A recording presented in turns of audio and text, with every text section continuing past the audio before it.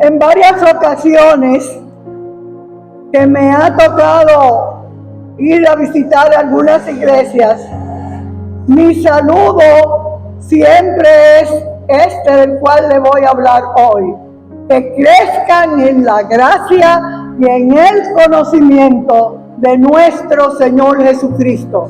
Es lo mejor que podemos desear para cada creyente y para aquellos que están queriendo crecer en Él. Y mi tema en esta mañana será la semilla del crecimiento. Todo crecimiento en la vida vegetal o natural necesita de una semilla para que la haga nacer y crecer. Si vamos a la agricultura, hay que dejar caer una semilla para que se coseche el fruto que nosotros queremos tener, que queremos desear. Si vamos a la familia, antes tiene que haber una sociedad para que haya una familia. ¿Y qué decimos de una empresa? Para que surja una empresa, primero tiene que nacer la idea, y esa idea entonces va para un proyecto. Y no solamente el proyecto, sino que realmente tienen que ponerle mucha atención y dedicar tiempo. En el caso de la planta, para que ella crezca bien y para que dé buenos frutos y abundantes, también hay que cuidarla.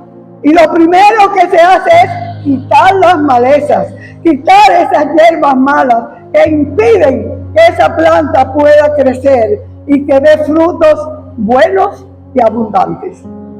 Si hablamos de la familia, igual, tenemos que cuidar de los bebés desde que nacen, cuidar de sus alimentos, cuidar de su desarrollo emocional y físico.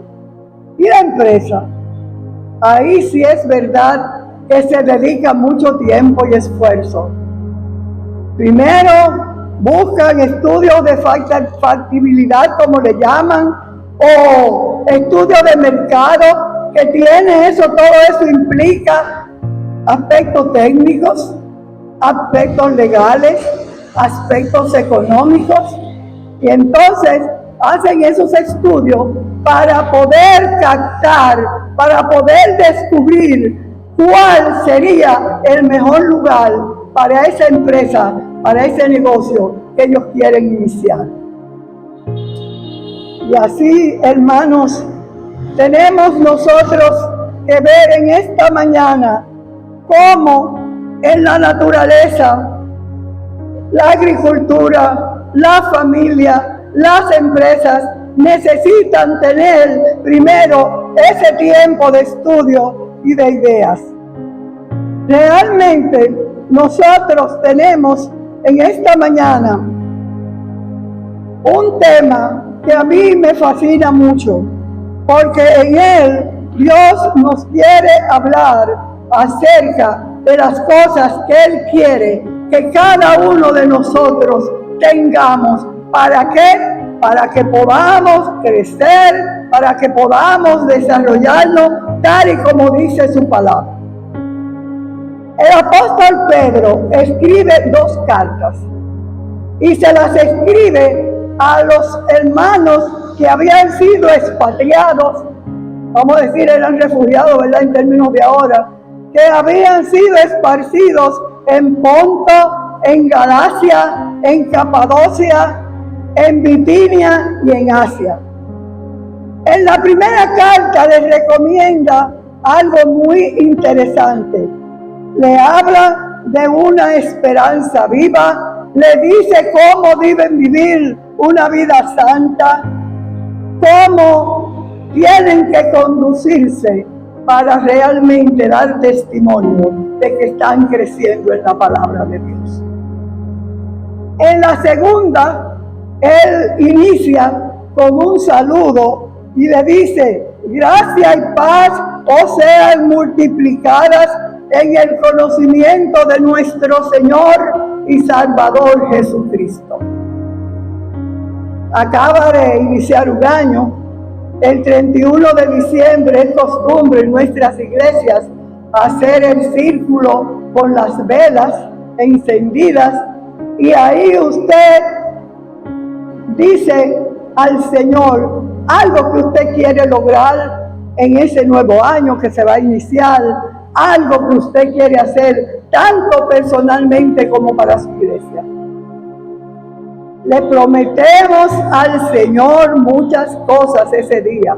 Apelamos a todas sus promesas de que Él contestará nuestras oraciones. Y entonces, hermanos, ¿qué pasa? Que muchas veces nos olvidamos. Comienza el año, tiene 3 meses y 15 días más o menos, sí, 3 meses y 15 días.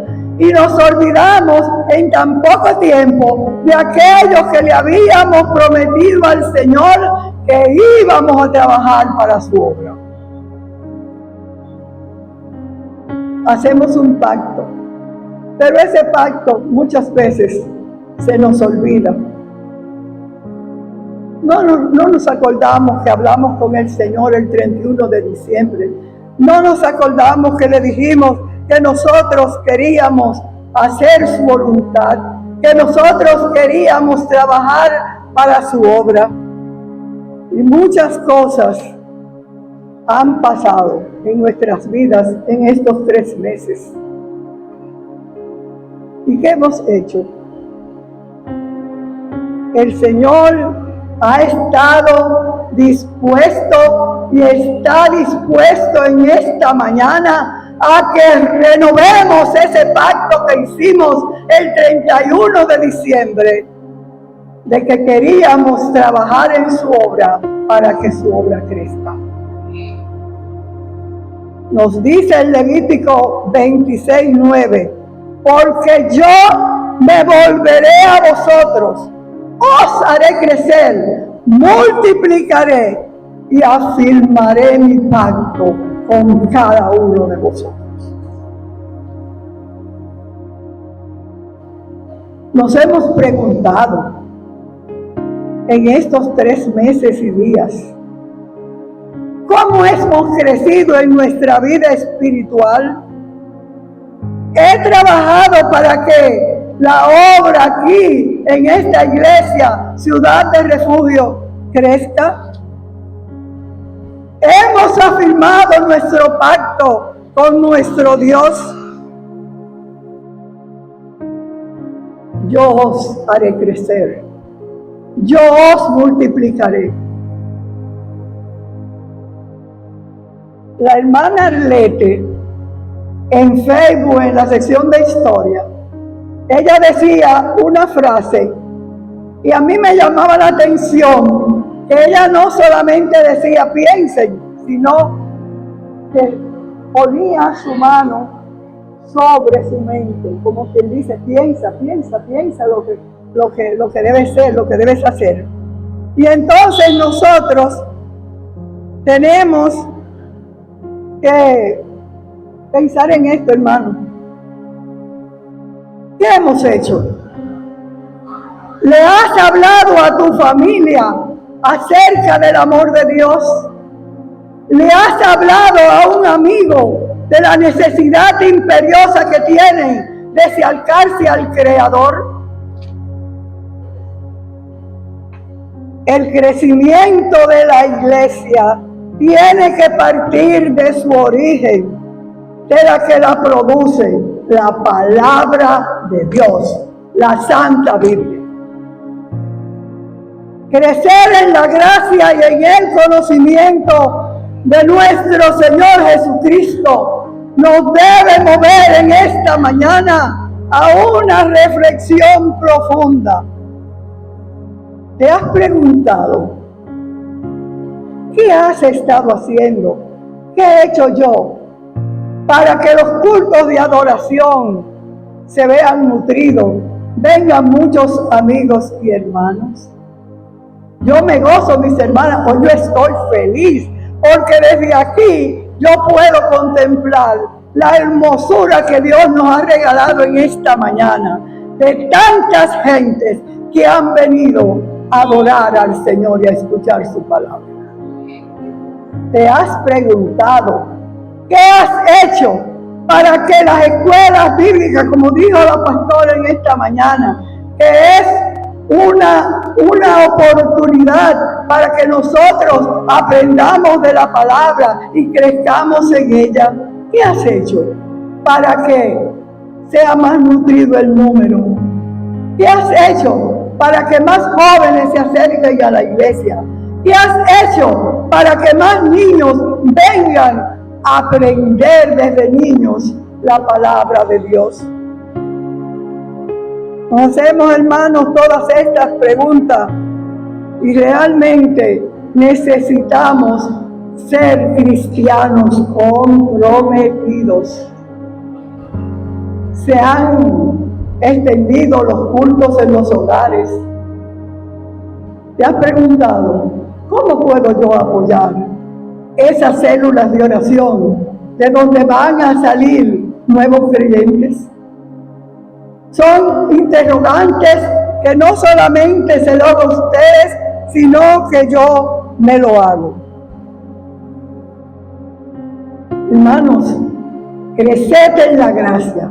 La gracia es un elemento básico, es un elemento esencial, fundamental, es la semilla para crecer la iglesia en todos sus aspectos, en todos, no es en esto ni en otro. Ya lo decía Pedro, que le hablaba de una vida santa, vivir como siervos, una esperanza viva. En la segunda le dice, le da un saludo maravilloso y le dice, mucho cuidado con los falsos profetas, mucho cuidado con los falsos maestros, y le habla, hermanos, hasta de las relaciones conyugales. Yo los invito a que se lean estas dos cartas si quieren crecer en la gracia y en el conocimiento de nuestro Señor Jesucristo. ¿Qué es la gracia?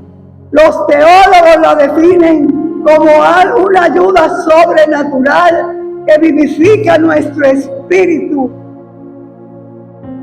y afianza nuestra voluntad para prepararnos para que nosotros hagamos lo que Dios quiere que hagamos para que su reino sea extendido aquí en la tierra.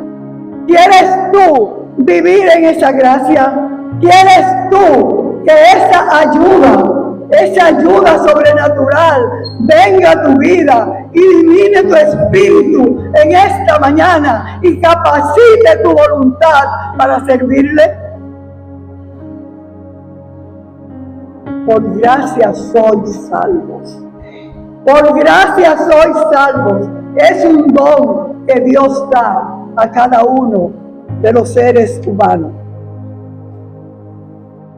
Las Sagradas Escrituras nos hablan con una claridad muy importante y nos dice y nos aconseja lo interesante, lo imprescindible que es vivir sobre esa gracia de Dios. En la Biblia tenemos muchos ejemplos de personajes, tanto hombres como mujeres, que recibieron esa gracia de Dios. En el libro de Daniel hay una historia fascinante. Cuando el rey Nabucodonosor era en el tercer reinado de Joacim, y el rey Nabucodonosor sitió la ciudad. Y Dios entregó a Joacim en manos de este rey y también parte de los utensilios del templo. ¿Y qué hizo Nabucodonosor? Que estos utensilios del templo los puso en el altar de sus dioses paganos. Y llamó a Aspenaz, que era el que tenía que ver con todos los eunucos, y le da una orden y le dice: ve a Jerusalén y búscame allí jóvenes de buen parecer enseñado en toda doctrina.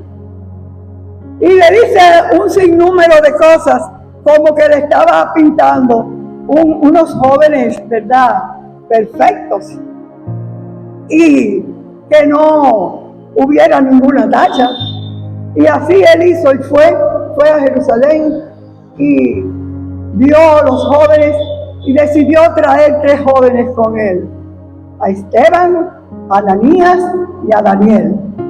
Se los llevó a la casa del rey y allí ellos le daban la comida y la bebida que comía el rey. Los estaban preparando para que fueran sanos, para que fueran robustos, como el rey quería. Pero uno de ellos, Daniel, dijo: no, yo no me voy a contaminar con esta comida ni con esta bebida. Y decidió no comer ni beber. Dice la historia bíblica que a los 3 días el rostro de Daniel estaba más robusto, más radiante que el de aquellos que habían participado de esa comida contaminada. Dice la palabra que Daniel halló gracias ante los ojos de Espenaz. Pero también nosotros tenemos otros ejemplos, como el de Ruth, como el de Esther, como el de Ana, la madre de Samuel, personas que hallaron gracia entre los ojos de nuestro Dios. Y miren, hermanos, no podemos dejar de mencionar en Lucas 1, cuando el ángel visita a esta mujer, a María, que viene entonces a ser por la gracia la mujer que trajo al mundo el Redentor, nuestro Señor y Salvador Jesucristo. Pero hay una cosa muy interesante que habla en Hechos, cuando estaban presos Pablo y Juan. Dice que la iglesia hacía oración sin cesar. Y ellos fueron liberados de la cárcel. Y dice que ellos anunciaban con regocijo, hablaban de la resurrección y la venida de nuestro Señor Jesucristo. Pero hay algo muy particular e interesante que tenía esta iglesia primitiva. Dice que todos juntos tenían las cosas en común y ellos allí glorificaban, alababan al Señor, y era aquello un solo sentir, porque todos estaban alineados con la palabra de Dios.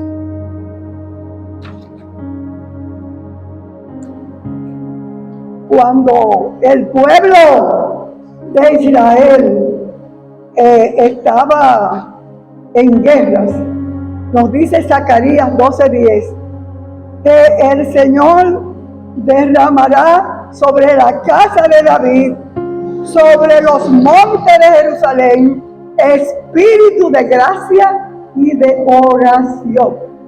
Espíritu de gracia y oración. Y dice la historia que ese espíritu de gracia y de poder era lo único que ellos necesitaron para vencer al enemigo.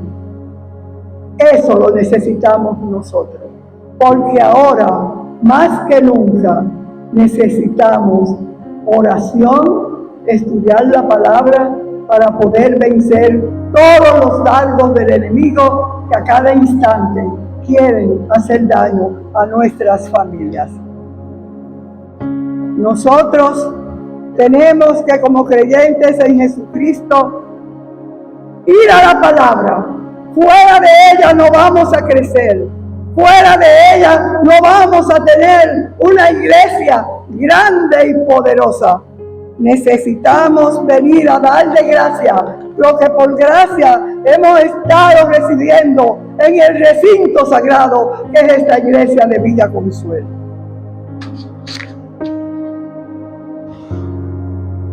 Muchas veces, como humanos, Queremos hallar gracia cuando vamos a buscar un empleo, cuando vamos a conocer a una persona importante para este mundo. A veces también en la iglesia hasta hallar gracia en los pastores, en los líderes, en la presidenta de la junta o cualquier miembro. Queremos hallar gracia. Pero la gracia que tú tienes que buscar, que yo tengo que buscar, es esa gracia de Dios que ilumine tu espíritu y que convoque tu voluntad a hacer las cosas que Él quiere que tú hagas para su gloria y para su honra.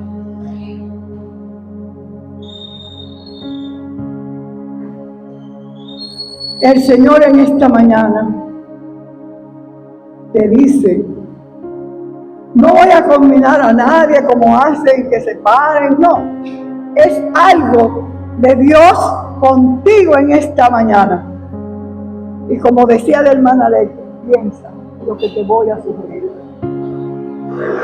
¿Quieres tú renovar tu pacto con Dios en esta mañana? ¿Quieres tú, a través de esa renovación espiritual, crecer en la gracia y en el conocimiento de tu palabra?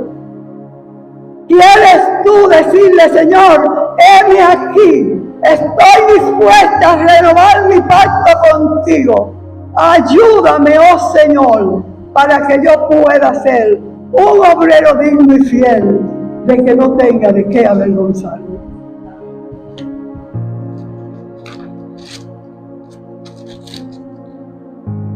Hace aproximadamente, yo creo que 2 meses o más, la pastora Daisy, pastora de nuestra iglesia aquí, compartió, era un sueño o era como una visión. Yo lo veo como una visión después de pensarlo. Comparte el sueño, la visión, y luego el mensaje me dio a mí esa claridad del Espíritu Santo, me dio a mí esa claridad de por dónde iba la cosa.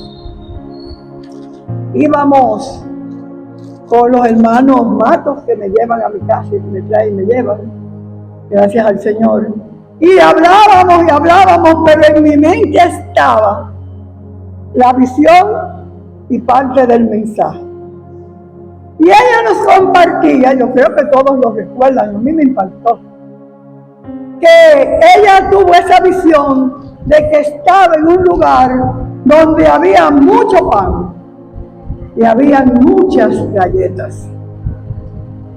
A lo mejor aquí se le desató en ese momento las galletas que trae la hermana Mirta, pero no, yo pensé que esa visión era la palabra, que ella va a necesitar mucha palabra, porque el Señor está poniendo en sus manos un propósito, que yo creo que ya se lo ha revelado a él. El Señor ha puesto un propósito y nosotros tenemos que orar por nuestra pastora, porque el Señor en este tiempo está exigiendo a una iglesia que necesita cambios en su vida espiritual para que pueda crecer y para que los frutos sean buenos y abundantes. Hermanas, yo estoy orando por la hermana pastora. No sé si el Señor le va a poner a otras personas, pero es una tarea que el Señor ha puesto en mi corazón. Yo no interpreto sueños porque pienso yo, pero el Señor me ha dado como eso de que ella va a emprender. No es un movimiento, porque los movimientos van y vienen.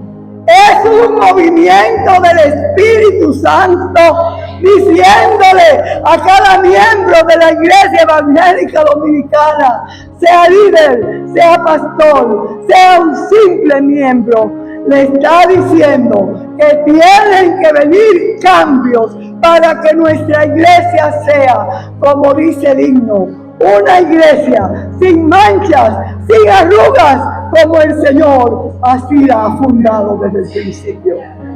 Dios les bendiga, mis hermanos. Gracias por esta oportunidad. Y no me quiero ir de aquí sin que ustedes en esta mañana renueven ese pacto con el Señor. Son muchos los beneficios que recibimos cuando estamos impactados por el Espíritu Santo. En este tiempo de tantos cambios, cuando hoy es una cosa y mañana hay un imprevisto, hoy estás con salud, mañana amaneces sin salud, hoy tienes un buen empleo, mañana no lo tienes. Necesitamos tener esa gracia y ese empoderamiento del Espíritu Santo para hacerle frente a cualquier imprevisto y que nuestra vida pueda estar en victoria, porque estamos con aquel que te dijo: no te dejaré, no te desampararé. Ven a mí en esta mañana y renova ese pacto conmigo. Dios te bendiga.